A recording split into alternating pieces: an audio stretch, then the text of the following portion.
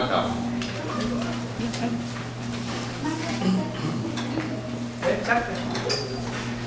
Okay.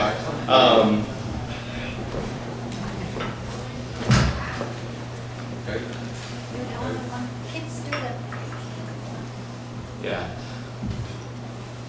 Con nó mấy tuổi? Không biết. 9 tuổi. Oh, okay. Tôi điếm ngón tay cứ thì trả lời đó, thương. Okay. 9 years old. Okay. Well, I mean, I think. Well, first I want to give a recap to the lecture that I had last week, but also like with Buddhism, it's very hard to grasp. It's a very deep philosophy, right? And so, what grade is 9 years old? Fourth grade? Oh my gosh. Okay. How can I break this down to a fourth grader? Things that the Buddha said, right? And so, just to recap about last week, right? We had a little story about the Buddha, right? And how here you have this guy, normal person, 29 years old, right? Normal man, who was a prince, right? He had everything given to him. You know, prince, castle, wife, son, right? And then he decides one day he like walks out of the castle that his father created for him so that he can not see any suffering. And then he walks the streets and he notices like, oh man, he sees somebody sick. That's the first time he sees somebody sick. I mean, I don't know. It would be very shocking if after 29 years of living, you have not seen a single person sick, ever. And the way that the king was able to do that was that every time somebody was sick inside the castle, he had them removed, right? So that's the first time that the Buddha saw somebody sick, and that's very shocking. And then he saw somebody who was disabled. He was walking with a limp. And that's very shocking too, right? I've never seen a person who was walking with a limp before. That's crazy. But the king did the same thing, right? And whenever there was somebody who was limping, he's like, nope, you can't be here, not in our presence, so that he could shield the Buddha from seeing all these things. And then he saw an old man, like a really old man. And the Buddha's like, what? What is this? Why is that guy moving so slow? Why is he like shaking? Why is his skin so wrinkly? And somebody told the Buddha, hey, that's an old man. And that's shocking. He's never seen anybody old before, right?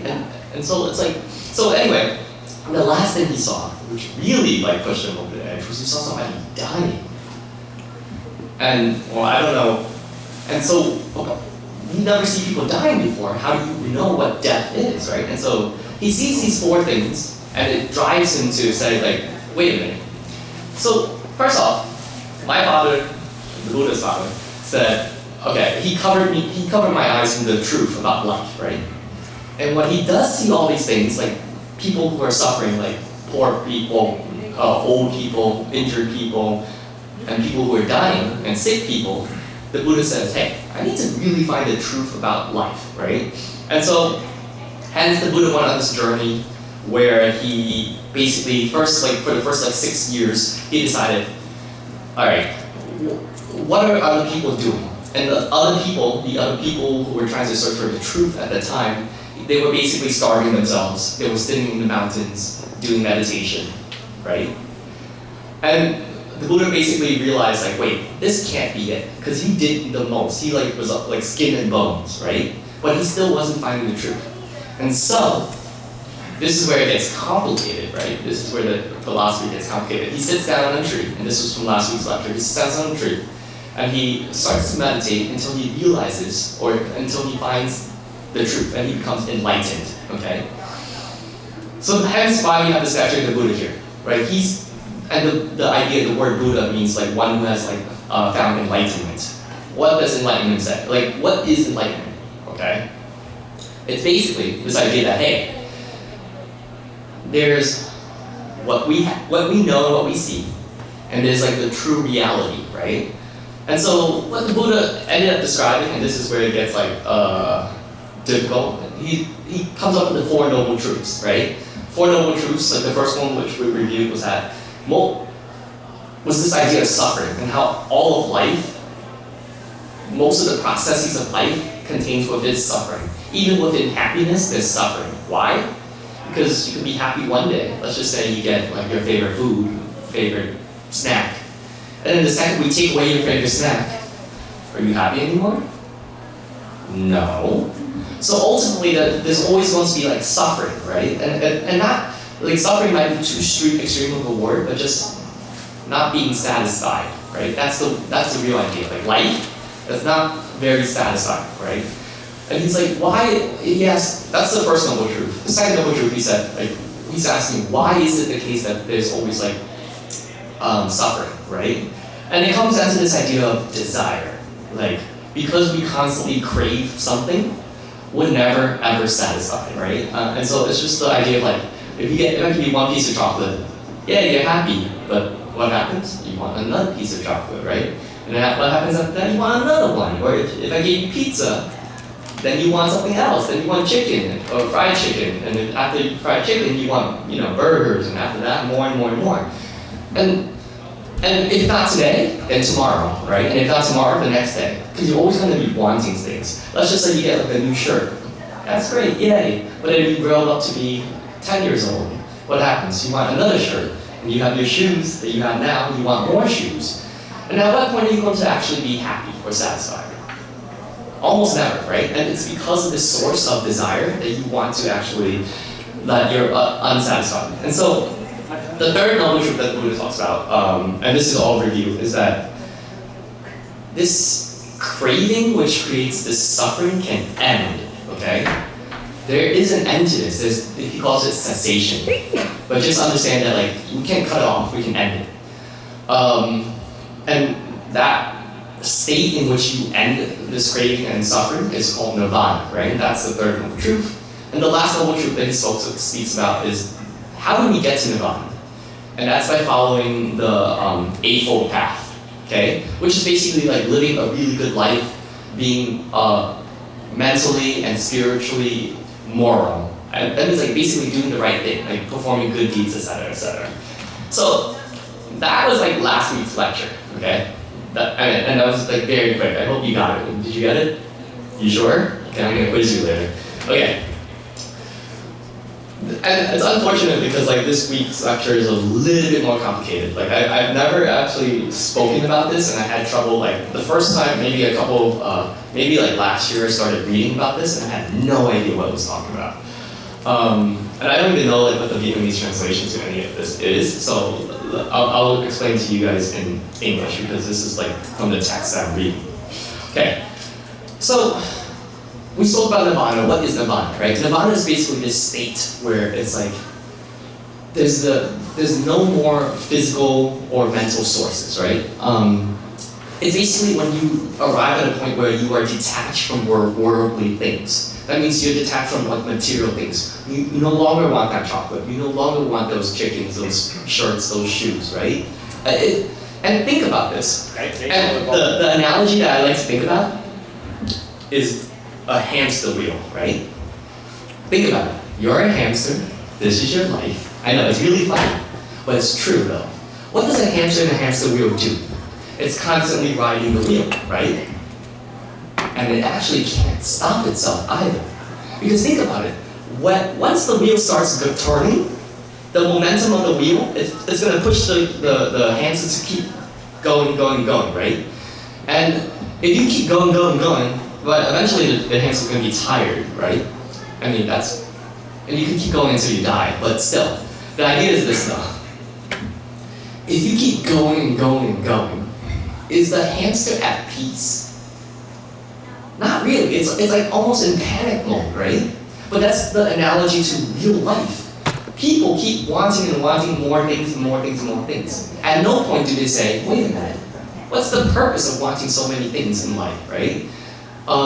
And does getting more and more things in life bring me peace and happiness? Yes and no. It's temporary, right? It's like, yeah, you get the chocolate, yeah, you're happy for 5 seconds and then back down to not happiness. So the idea of nirvana is literally taking the hamster out of the wheel, okay?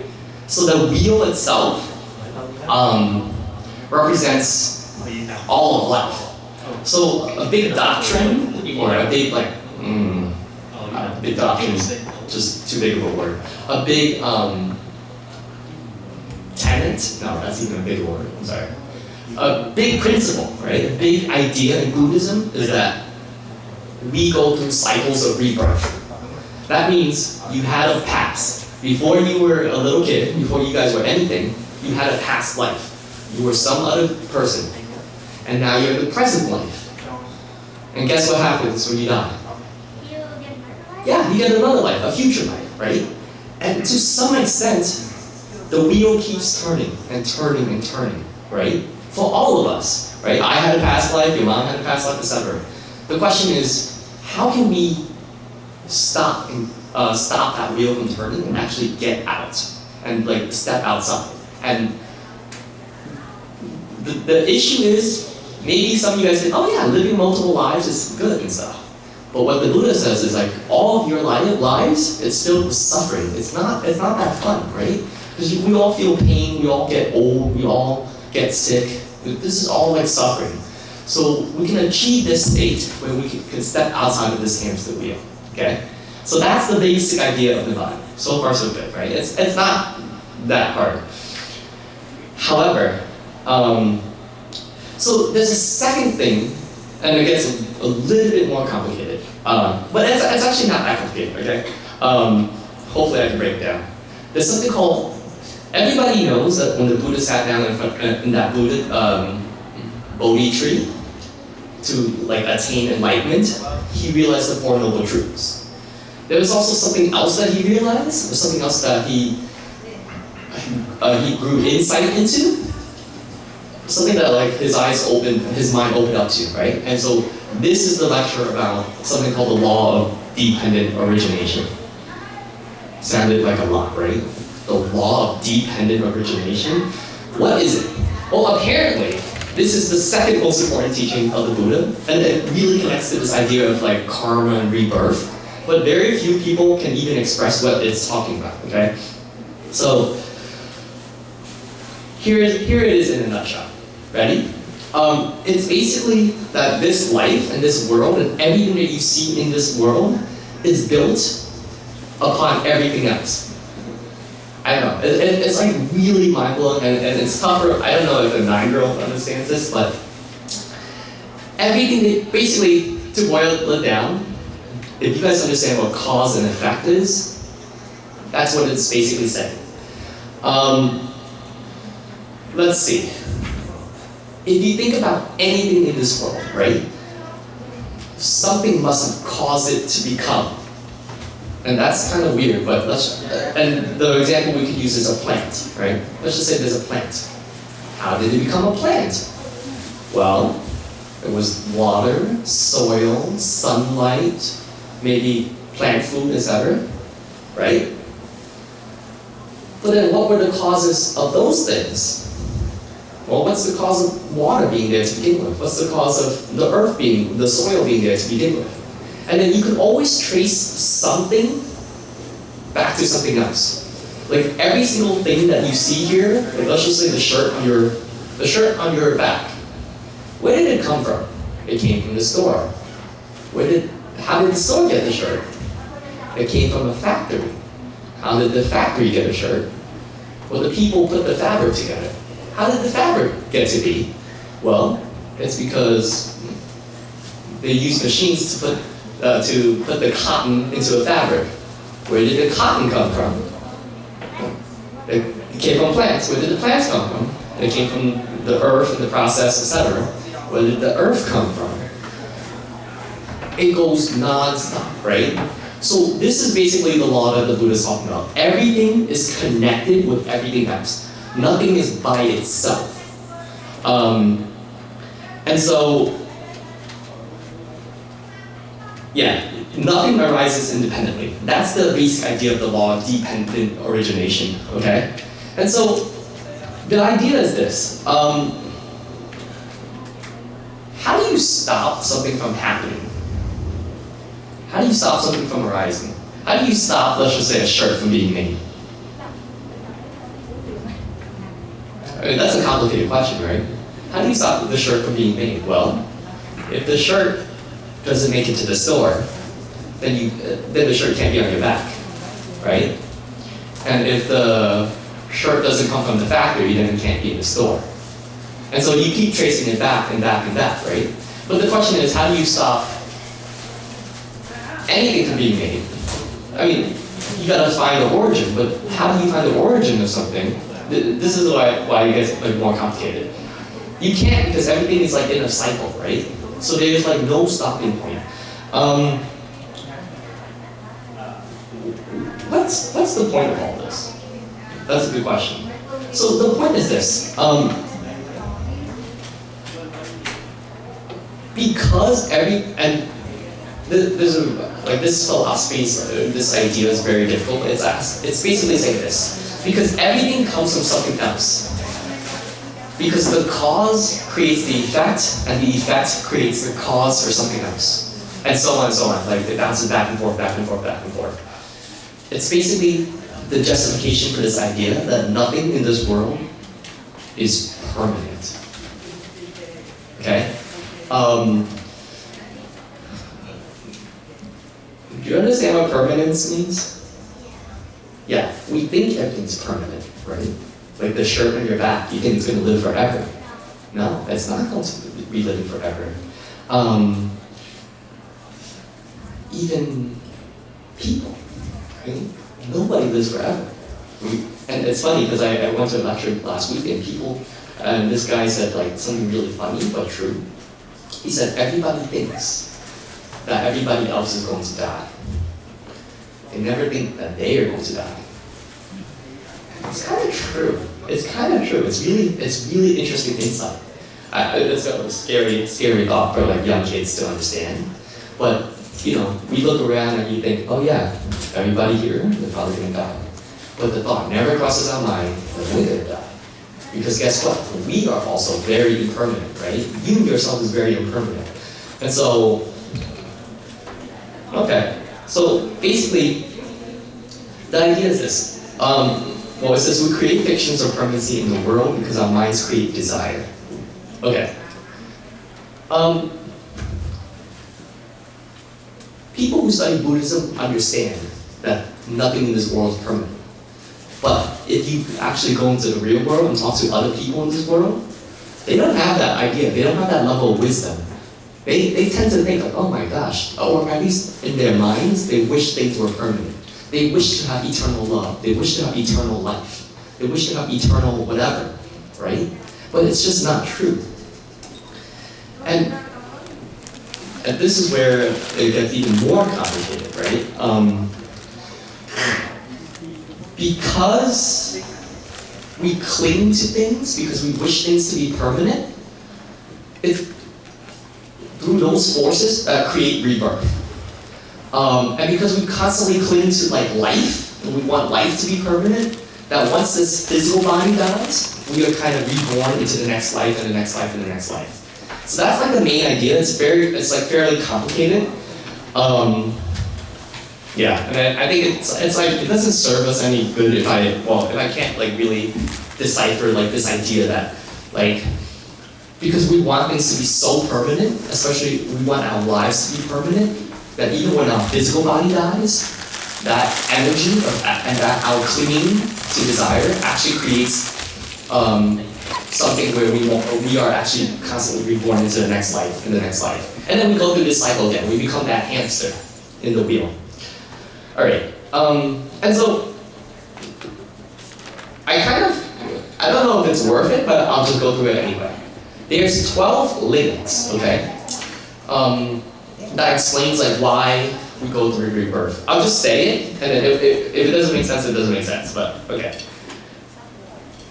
It starts off with this idea of ignorance, okay? So in your past life, right, you didn't understand anything about Buddhism, you didn't understand like the noble truths, like the reality of this world. So that's what ignorance starts off with. Like in your past life, you were to some extent ignorant, right? That's what it means. And because you were ignorant, right, ignorance creates like action, right? Whether you did good deeds or bad deeds, it basically creates action. And these actions create consciousness, okay? So this consciousness is basically like a driving force that leads you to rebirth into this present life. Okay? So in your past life, two things happen. And the two links that they talked about is ignorance creates action, and then action creates consciousness. And because the consciousness is like the driving need to like continue to be alive and to be permanently alive, you're like born into rebirth, right? And so when you're born here in this lifetime, what happens? Well, you have the five senses, right? When you're first born, you have five senses, right? And what do the five senses create? They give you contact with this physical world, right? You're able to actually see this world, hear this world, like taste, smell, etc. And what does contact create? Contact creates sensation, right? Because unless you're touching something that's cold, you won't feel cold. Unless you're touching something that's hot, you won't feel hot, right? Unless you taste something that's sweet, you don't taste sweetness. So contact creates sensation. But what does sensation create? It creates thirst and desire and craving. If you taste a chocolate for the first time, it's super sweet, super tasty. Guess what it does? It creates the desire to want more, right? And so, what does desire create? And they call it links because all these connect to each other. What does desire create? It creates clinging. Like, now that you've tasted chocolate for the first time, you want more and more and more, and so you cling to this. But I use chocolate as an example, but there's like other examples in life, right? Like money. Once you've had money for the first time, guess what you want more of? More money. And then over time, people cling to money, right? They hold on to money like they hold on to property, they hold on to cars, they hold on to all these like other material possessions, right? And then so they say, and so the next link is that clinging creates the process of becoming, which is basically the process of, well, if you fall into this trap that says like, oh, the trap of craving constantly, then guess what? It creates the process of becoming, which is the process of being reborn again. So you're basically stuck in this cycle, right? So of the present life. And so in the future life, guess what? You have birth again, and with birth you have pain, sorrow, death, grief, all the stuff. And so you, to some extent, all these links show you the cycle, but it's kind of really hard to understand. I don't know if you guys like understood it at all, but it all starts with like just ignorance of like what the truth is, like what the noble truth is that the Buddha talks about. And then because we're not aware of it, we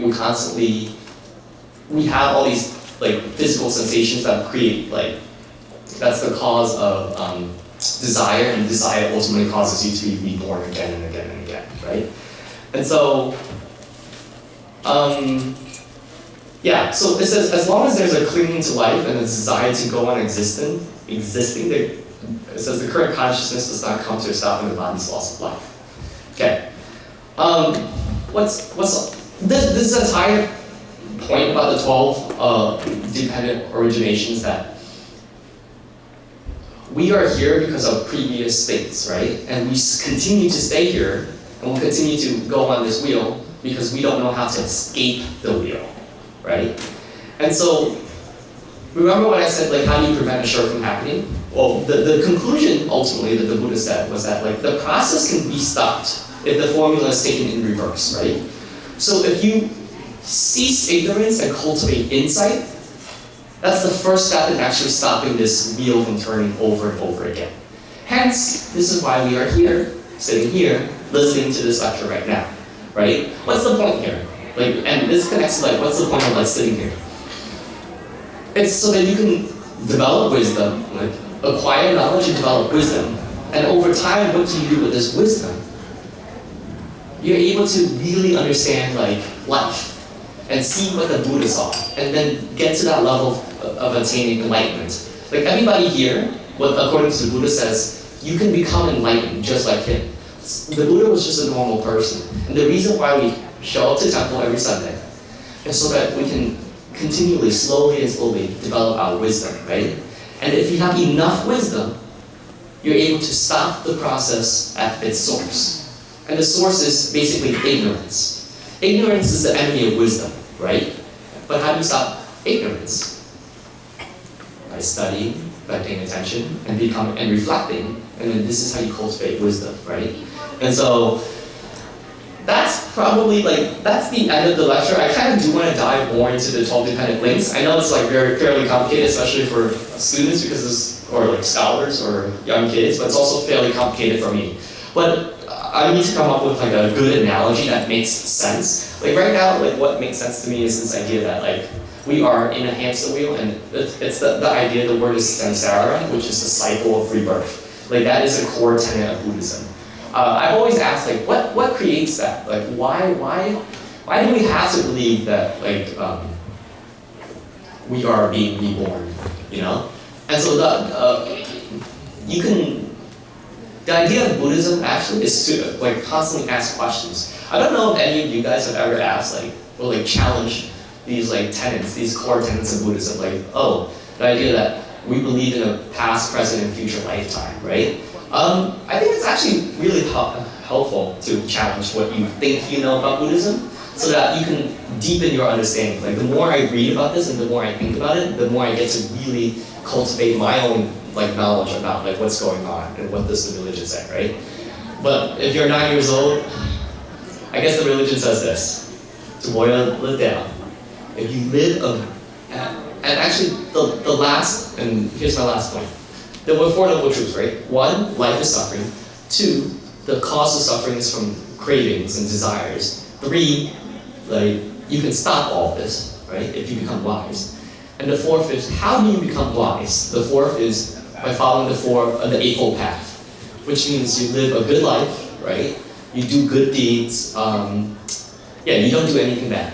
And so for a 9-year-old like you, and for the rest of you kids, it's the idea that, hey, if you live a moral life, you could walk this path that the Buddha walked on, that he said, hey, here's the Eightfold Path for everybody else who you don't have to starve yourself, you don't have to starve your body and live in the mountains to attain enlightenment like the Buddha did, right? You can actually just have the right view, the right morality, the right concentration, etc. And then all that will actually help you lead to this path where you get to escape this hamster wheel that is life. Okay? And so that's the end of my lecture. Any questions? Oh, if not, thanks.